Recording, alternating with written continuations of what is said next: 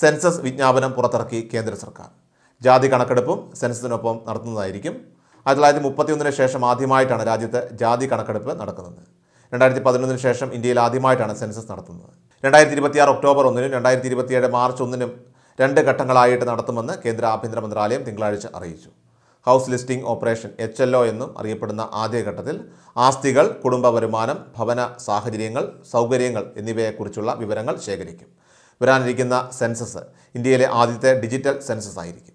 രണ്ടാം ഘട്ടമായിട്ടുള്ള പോപ്പുലേഷൻ എന്യൂമറേഷനിൽ കുടുംബാംഗങ്ങളുടെ എണ്ണം, സാമൂഹിക, സാമ്പത്തിക, സാംസ്കാരിക, മറ്റ് വ്യക്തിഗത വിവരങ്ങൾ ശേഖരിക്കുന്നതാണ്. ഇതാദ്യമായി ജാതി കണക്കെടുപ്പും സെൻസസ് പ്രക്രിയയുടെ ഭാഗമാകും. 10 വർഷം കൂടുമ്പോഴാണ് രാജ്യത്ത് സെൻസസ് നടത്താറുള്ളത്. എന്നാൽ 2011 ശേഷം ഇന്ത്യയിൽ സെൻസസ് നടന്നിട്ടില്ല. 2021 നടക്കേണ്ടിയിരുന്ന കണക്കെടുപ്പ് കോവിഡ് കാരണം മാറ്റിവെക്കുകയായിരുന്നു. Please subscribe our channel.